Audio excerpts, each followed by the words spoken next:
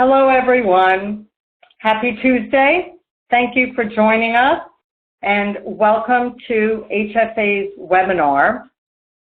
Our topic today is how to cope and move forward in times of crisis. My name is Holly Singer. I serve as Vice President of the Hedge Fund Association, HFA. My role focuses on HFA's marketing, public relations, and events development. I also run a marketing communications and PR firm. Please note, this HFA webinar is being recorded for the benefit of today's attendees and also for those who are unable to join us today. HFA will share the recording and relevant content slides. We are most appreciative and would like to thank our sponsor, UMB Fund Services. First, a reality check. We are in a truly, exceptionally uncertain time.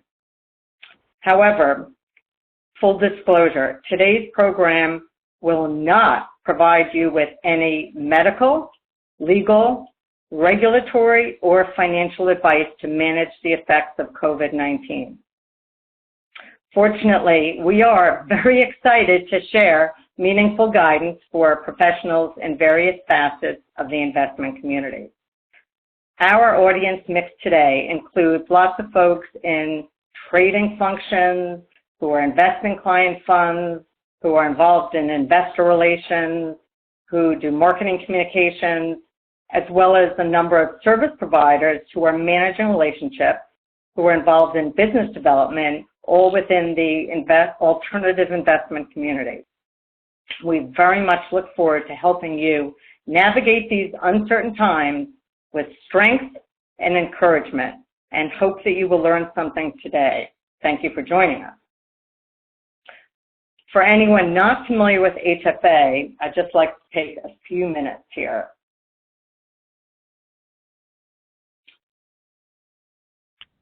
HFA, the Hedge Fund Association, is an international trade association for the alternative investment community.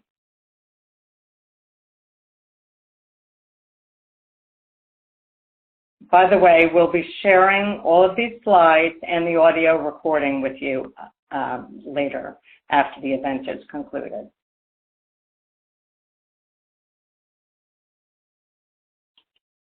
Now, let's welcome our two key speakers. I'm delighted to have with me here today Denise Shull and Jill Calton. I'd just like to give you a little bit of background on each of them before we continue the show. First, about Denise. Denise Shull is a highly regarded and unique performance, strategy, and decision advisor. She leverages her training in psychological science to solve the mental challenges of investing, trading, competing, and leading teams. Denise is well known for her uncanny effectiveness in strategic decision-making and for bringing out the best in people who are performing under pressure. Denise is widely considered to be the real-life version of the character Wendy Rose on Showtime's drama Billions. Denise is founder and CEO of the ReThink Group, a boutique decision, strategy, and performance consultancy. She has appeared on CNBC's Squawk Box, Fox Business, Bloomberg, Cavuto, PBS, the Discovery Channel, CNBC's Halftime Report, Forbes, the Wall Street Journal, Financial Times, Bloomberg Markets, New York Times Deal Books. They've all run profiles on her unique work. Wow. Denise, we really appreciate your joining us today. Now, just a bit about Jill. Our pleasure, thank you. And our second speaker is Jill Calton, who's with us here today. Jill is Executive Vice President at UMB Fund Services. Jill oversees alternative investment servicing. Jill provides leadership and oversight to the company's alternative investment client servicing team. She has worked in the fund industry since 1997. Prior to her current role, Jill was a managing director, also at UMB. She joined UMB in 1999, having previously worked as an auditor with KPMG, serving hedge funds and other clients. Jill, we really appreciate you joining us today, too. Thank you very much. Happy to be here. Great. Okay, now on with the show. What we will do next is turn the show over to Denise, who will lead an exciting discussion and thought-provocative ideas, comments, and let's listen to what she has to say. You're on, Denise. Thank you, Holly.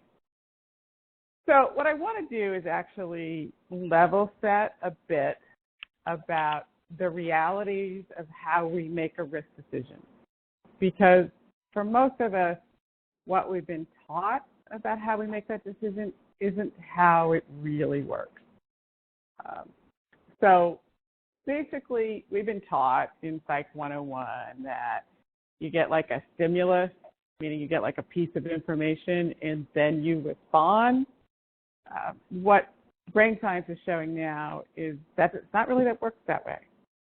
That was a word salad. It doesn't really work that way, where you're unconsciously predicting both what's going to happen and what you should be doing based on your past experience.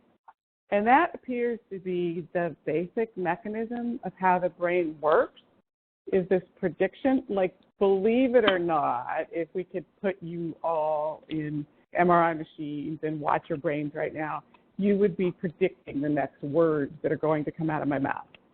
And you'd be predicting how those words are going to make you feel. So what that means is you have expectations and they're delivered to you in a physical way, in a feeling or emotional way. And we'll maybe get into the difference. So why does matter? I mean, it always matters, but it particularly matters now when we're in this situation that none of us have ever experienced before. We've never experienced this sort of health threat, and we've had volatility and market movements that this morning I was seeing, were liking to 1931. So I don't think there's anyone on here that was alive and trading then. So what this does is it creates this vacuum which exaggerates the anxiety even more than is warranted.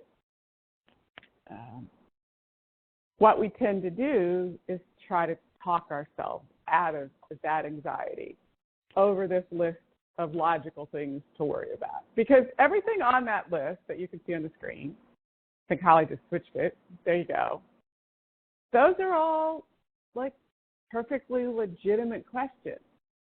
But for the most part, we've been taught to think positive, to have gratitude, to look on the bright side, and to use like logical conclusions to quell our anxiety, to change how we feel.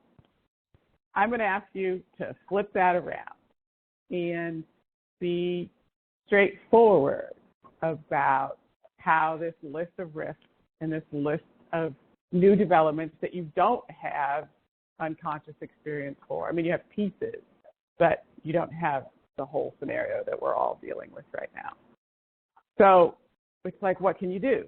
There's a whole series of reasons to be anxious, and then there's the exaggerated anxiety over the fact that you have no experience with this combination of factors. And there's just so much unknown as to how this is going to play out, and so many conflicting opinions. So Holly, if we could go to the what am I feeling and why. The irony is asking the question in this unknown degree of uncertainty in this precarious situation of what am I feeling and why can be super, super helpful. What it does is it starts to bring what's in your unconscious to your conscious mind, and it starts to bring those predictions that you may or may not be realizing you're making to your conscious mind. And when you're able to recognize, like, okay, I'm feeling, let's just say, panic, and then you go through, why am I feeling panic? You start to be able to sort out what's more real from what's less real. You actually, ironically, even though you're essentially inviting the panic, you, by looking at it like straight in the eye, to use a metaphor, it ironically tends to become less. There's this skill of just being able to tolerate the physical agitation of being worried or nervous. So that's why this question, what am I feeling and why am I feeling it? And getting both sides of those right, which is sometimes a process, but without judging it. Just looking for the information that in your subconscious that is influencing how you feel and without examination is influencing the judgments that you'll make. So, for example, asking what's the worst that can happen. Most people are, tend to be a little bit shocked at that question. But I mean, I can tell you from the coaching room that the more people answer that question, most of the time they find themselves in a better place than they thought they were in before they tried to answer the question. And that's basically because before you were trying to set the anxiety of the unknown aside. You were trying to talk yourself out of it. And in a sense, your brain, in the pure form of the emotion, is trying to get you to notice that there's a good reason to be nervous. And your brain wants you to notice that you're nervous because, it wants you to prepare.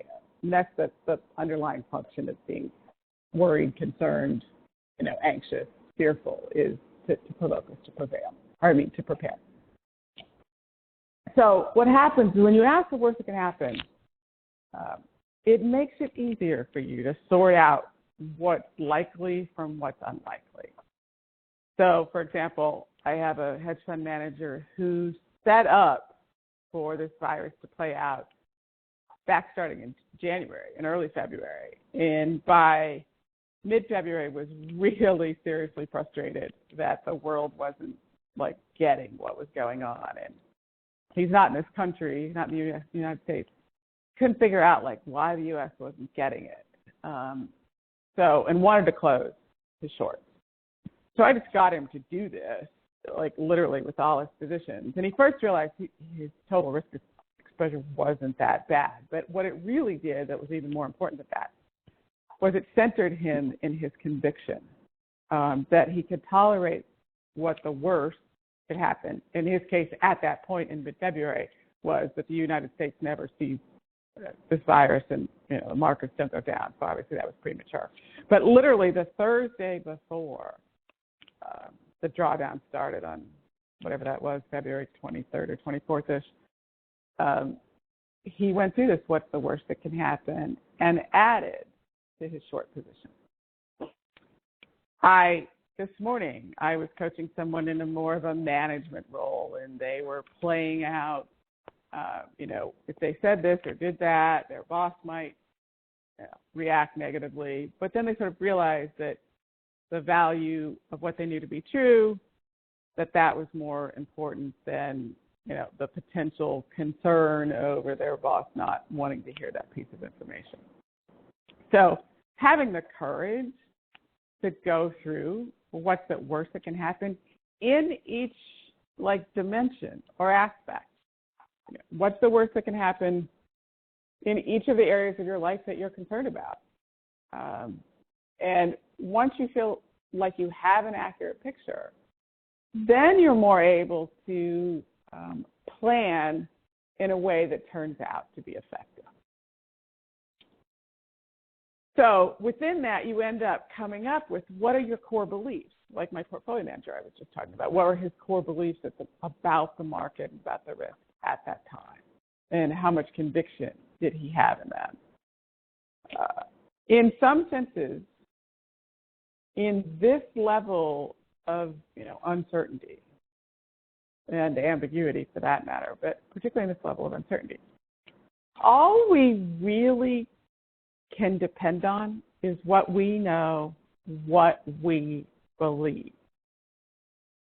Because everything else is fluid. What we believe, though, is probably not so fluid. And by the way, market people tend to not know this, but Markowitz in asset allocation said, step 1 is knowing what you believe. Step 2 is taking what you believe and creating a portfolio.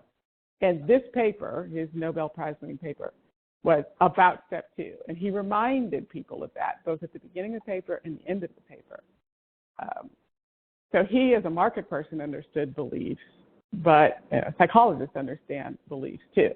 The trick is us actually knowing what we really believe. And what tends to happen is we have a set of beliefs that are conscious, but we have a set that aren't conscious.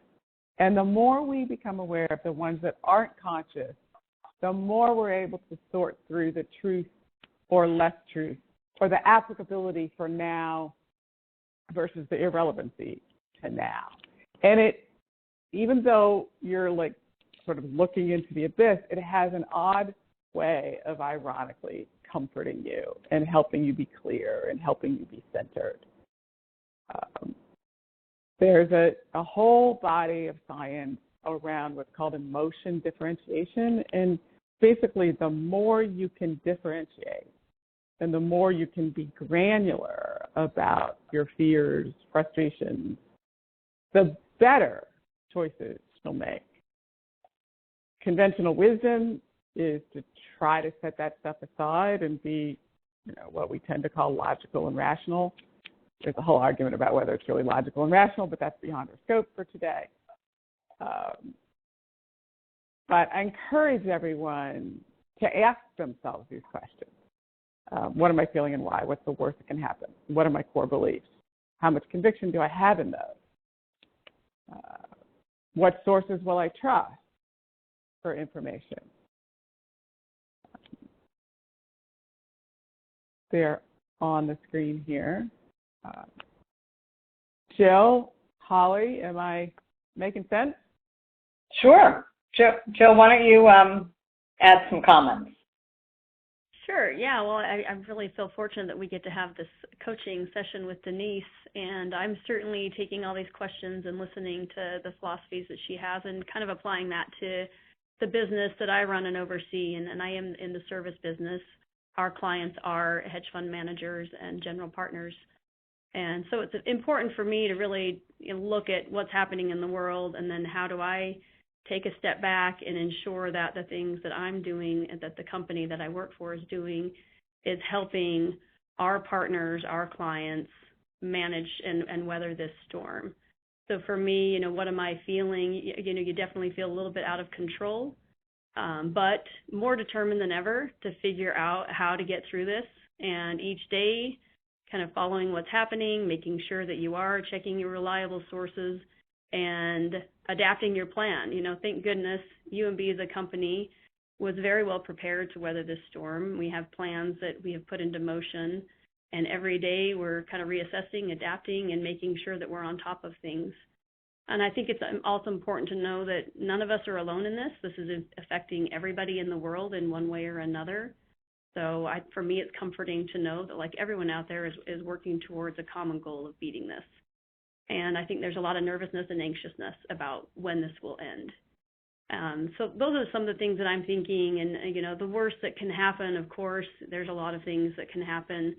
And, being able to look at that and just kind of, like Denise said, understand that there will be some things that happen that will be hard to deal with. Lives will be lost. It's already happening. So there's a lot of bad things, but it's really looking at that, like she said, straight in the eye, and then coming up with a plan for how we're going to survive and get through all of these events that are taking place. So, and the core beliefs, it's so important to have had that before this all happened, so that you can stick to those and make sure that you're acting in a way that is consistent with those core beliefs and not letting things that take place each day change those core beliefs. Those are there for a reason. At UMB, 107-year history of having those core beliefs and sticking to those. And now's the time to stick to those even tighter. So this question of discussing with clients and prospects, my comment about that is be good listeners, be better listeners than we've ever been. Don't be judgmental in any way. What tends to happen is, we're uncomfortable with the so-called negative emotions. And sometimes when other people talk about their fears or frustrations for that matter, we want it to go away. So we try to talk them out of those feelings quickly. The thing that's more helpful is for people to feel understood and not judged. And oftentimes if you do that for someone, they actually work through it themselves and come to a more measured, maybe more realistic place. But the trick is either to do it for someone else or to do it for yourself. My clients, I'm in coaching relationships with them, so I'm doing this regularly, and I don't personally talk to prospects all that often. My team does that for me, but Holly and Jill, you all are doing this more regularly than I am in terms of talking to customers about the regular day-to-day issues. I mean, I have this, my job is talking to people about things, so I talk in a different way, I guess is what I'm trying to say. Denise, those are great comments. This is Holly. I, from a perspective of as a marketing communications professional, I'm a huge advocate of transparency and communication as transparently as we can communicate. So I like to develop relationships with clients that are very transparent, not only in terms of how I work with them, but what I expect of them. So, for example, no one should be a fair weather marketer. So I think it goes without saying that in good times and in bad, communicate with your clients. But I think if you're managing money or as a service provider helping a money manager run their operations, in more challenging times, you have a heightened need to communicate more frequently and at a deeper level. So if you either incur to draw, if you're managing money and you've either incurred a drawdown or think you will, or volatility obviously has gone way beyond your wildest imaginations, you should be proactively reaching out to clients rather than waiting until they come looking for you and wonder what's going on. So if you were communicating frequently at a frequency, let's say, of weekly, now it's daily, or it was monthly, now it's whatever it was, should be a lot more frequently. And with prospects, now's the time to show empathy. I mean, we all are working remotely, people have family and friends. You can just talk to them as human beings instead of just as a business that has not pitched your product, let's say, in the last month or quarter.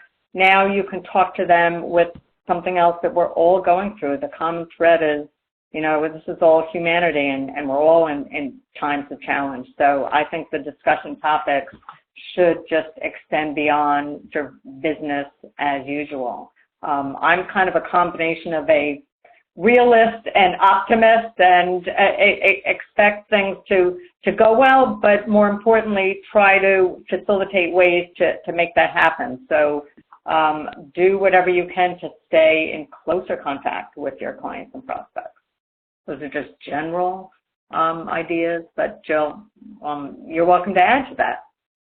Yeah, well, I 100% agree that the communication that was taking place prior to this event is certainly ramping up now. And what's most important, I feel like, from a service provider perspective, is to just offer our clients that reassurance that we are prepared, that there will not be any disruption to the business, that our plans are being put into motion, and then giving them, like you said, regular updates so that they don't have to wonder, you know, because when you don't hear anything, people tend to make assumptions, and that sometimes that's bad. So it's that reassurance, letting them know exactly what we're doing. Transparency, like you mentioned, is so important. For us, we can really take a lot of the burden of the operational burden, the stress of wondering if the communication is going out to clients.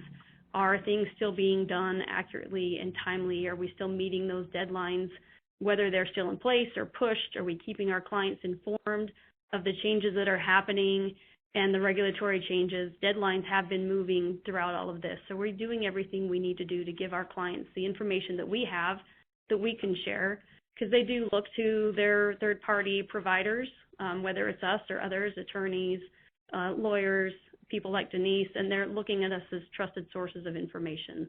So what can we do to really gather that and share that in a meaningful way, in a timely way?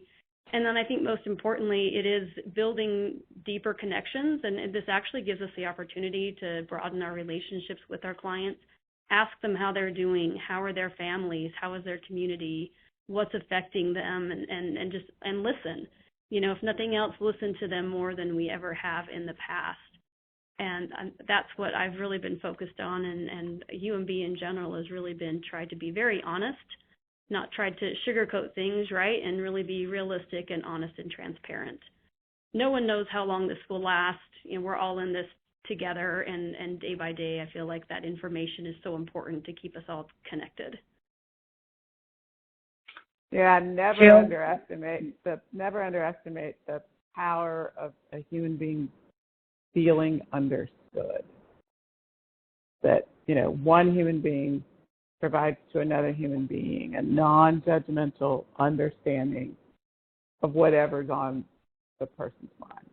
Like, just never underestimate the power of that.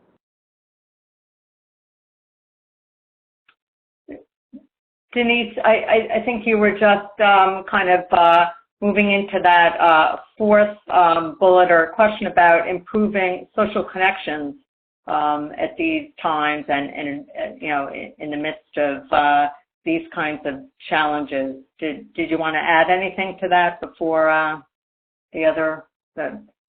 Well, you know, my thought is that, like, I mean, there's two things that I think, generally speaking, I mean, it's easy to say we have more time while we're not commuting, but for people that have got 3 kids under the age of 10, you know, it may not seem like that. I mean, but I do think that the change in environment is an opportunity to reach out to people and get a response that might not exist in the normal day-to-day course of events if nothing had changed. So, and the opportunity to make someone feel understood on any level is always something we can do a better job at. We tend to want to solve the problem. You know, someone tells us a problem, we want to somehow solve it. We want to make them feel better. We want to solve it. And my point is, just like in understanding your own feelings, when you understand don't judge and don't necessarily try to solve someone else's problem, that person feels empowered through that experience and comes up with more solutions to whatever their situation is on their own. Yeah, and I think similar, you know, what do we do with this extra time? Well, it's probably been gobbled up by dealing with the unusual situation that we're in. But if there is some extra time, I know for me, it's one to kind of take a step back and take stock of things, not just our pantries, right, and making sure we have enough of everything, but really take stock of how well we were prepared, both personally and in our professional lives. What do we need to do to improve or make changes, make note of the things that are working and what's not. And then for me, I have a short commute, but it was important for me in all of this change is to keep somewhat of a regular schedule. So wake up at the same time, you know, do my exercise, you know, make your bed, whatever it is before you check in for that work day. I know it's challenging working from home and like the day just kind of blends into the night, and pretty soon it feels like we're working 24/7. So it's important to keep that schedule and have some boundaries or time to really kind of check out, decompress, and then get back into things. I'd like to, those are great comments, Jill and Denise. I'd like to add a couple things, both as marketing communications advice and where HFA fits in. So to start with some advice that will also help improve social connections. So we've talked about the content of those social connections improving through our use of empathy. So we get on the phone with a client or prospect and we ask how they're doing, how the family's faring, you know, how their exercise routine is going, some personal things that we might not normally discuss, but, you know, we're not in normal times, so let's make the most of being, you know, in a different place physically and mentally and you know, leverage that. But also, you know, to improve social connections, use technology tools. So, you know, here we are today. HFA has run many live events in many locations. There were 20 HFA live events last year, New York, Chicago, Los Angeles, you know, London, Hong Kong, all over the globe. And it's great to, you know, serve HFA's mission, which, as you can see from the bottom of the screen, is, you know, advancing transparency, education, and trust. But that might not always be done in a live conference or live, you know, cocktail party or a live seminar or symposium. So here we are today, and we're doing it virtually. So whether it's a virtual event or you use screen sharing. So I would urge everyone who's marketing or communicating with clients and prospects, instead of just picking up the phone, either make it a video chat so it looks like you're, you know, face-to-face. It's the next best thing, it's virtual, or share your screen because maybe you've written something, or it might even be an infographic or a cartoon or something for levity, because we can improve our connections through humor and fun and levity and personal conversations and back and forth. But use screen sharing tools and show people that you are thinking about them or you're doing something fun. You're not just calling for business or telling them that you're, you know, having, you know, a tough time. You know, share fun things, but use technology, screen sharing, video chats, or whatever you can do. HFA is definitely committed to furthering its mission and or taking advantage of this, you know, opportunity to, you know, to have this virtual type of communication. So HFA is also open to any suggestions for content and format. So, you know, after we send out our thank you messages, please feel free to let us know if there are other things that we could be doing or we could do this differently. So feedback is great. And I would encourage anyone who's chatting with their clients, you know, ask for feedback if they like the way that you're contacting them or if they have suggestions. So improvement often may come through that kind of interchange and feedback. So, you know, I think those are hopefully helpful, but, you know, happy to answer other questions. So, okay, social isolation and staying connected. Denise, do you want to take that on first? Well, I think you just answered it in many ways, right? But you were saying take the initiative, you know, reach out first. Yeah. Be honest. You know, a way, like I have a client who, he's not a hedge fund manager. He's in the investment space. He's not a hedge fund manager.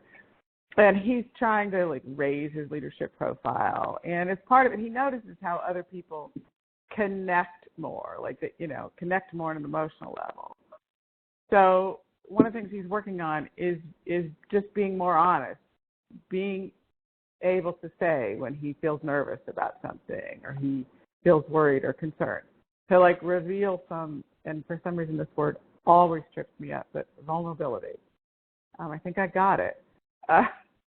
Like, it's a way, when you hear that someone else, like, isn't perfect and doesn't have it all together, the other person hearing that, who isn't perfect and doesn't have it all together, because that's the human condition, feels kind of relieved, and you feel more connected.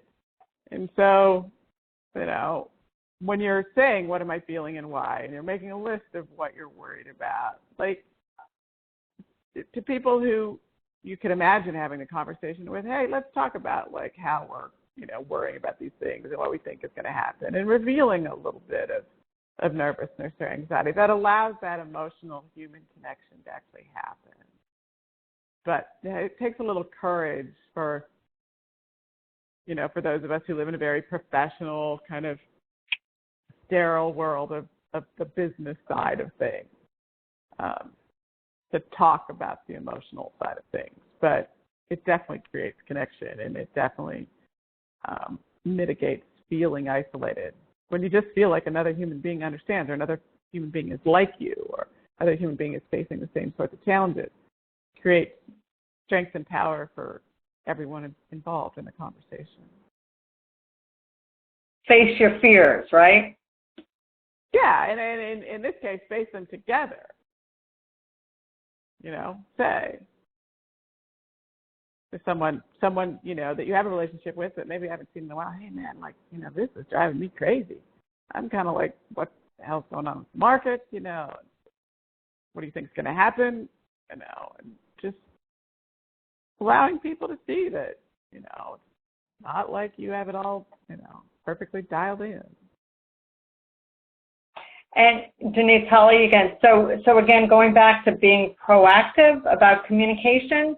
So, you know, I love the way that you know, describe that, Denise, and maybe the advice there is to, you know, face your fear, but also, you know, expose that and be proactive in letting your, you know, industry contacts and clients know that, you know, you have these fears, but maybe they do too.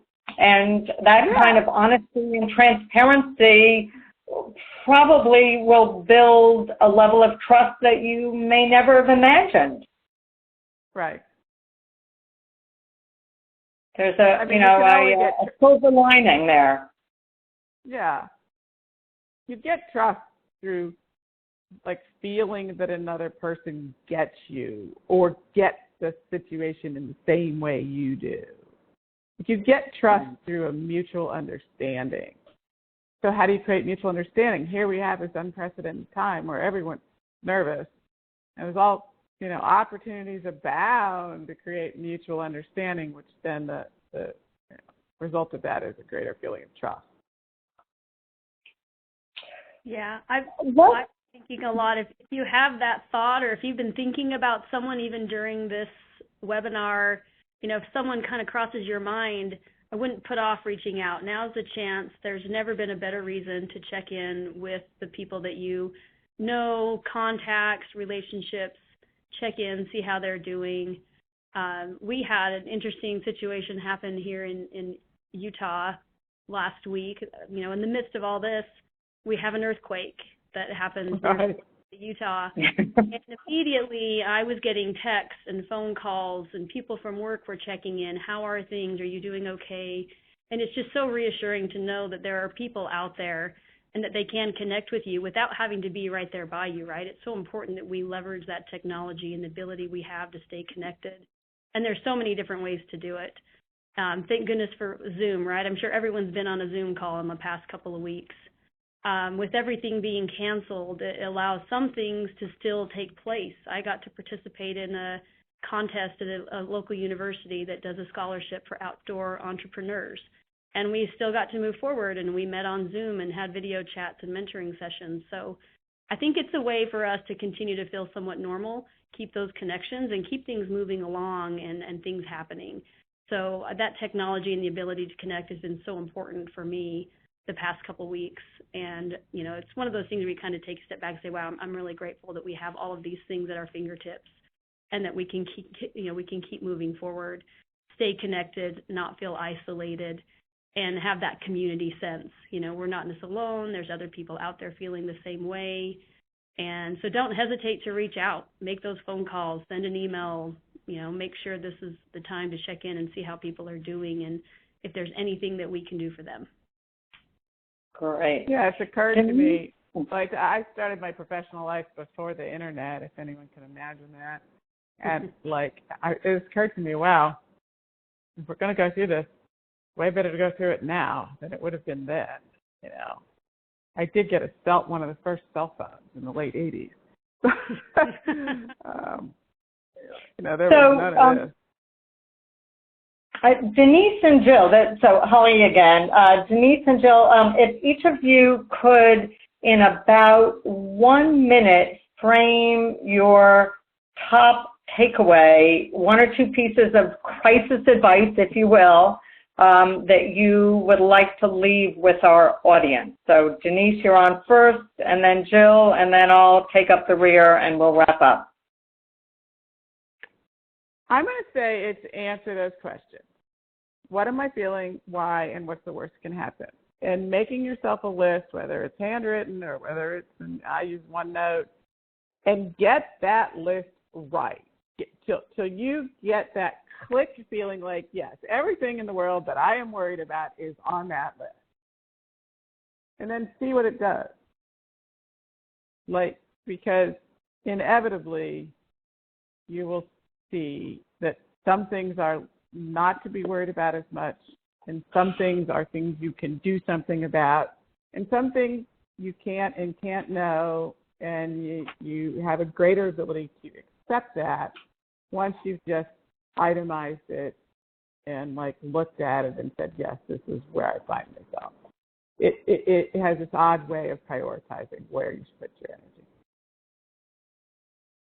Great. Thank you, Denise. Jill. So my 1 minute kind of piece of advice for surviving these times, I think that sticking to a schedule, right? Maintaining some sense of normalcy throughout this, and congratulating yourself on the little wins, getting through, you know, different things that we're having to deal with.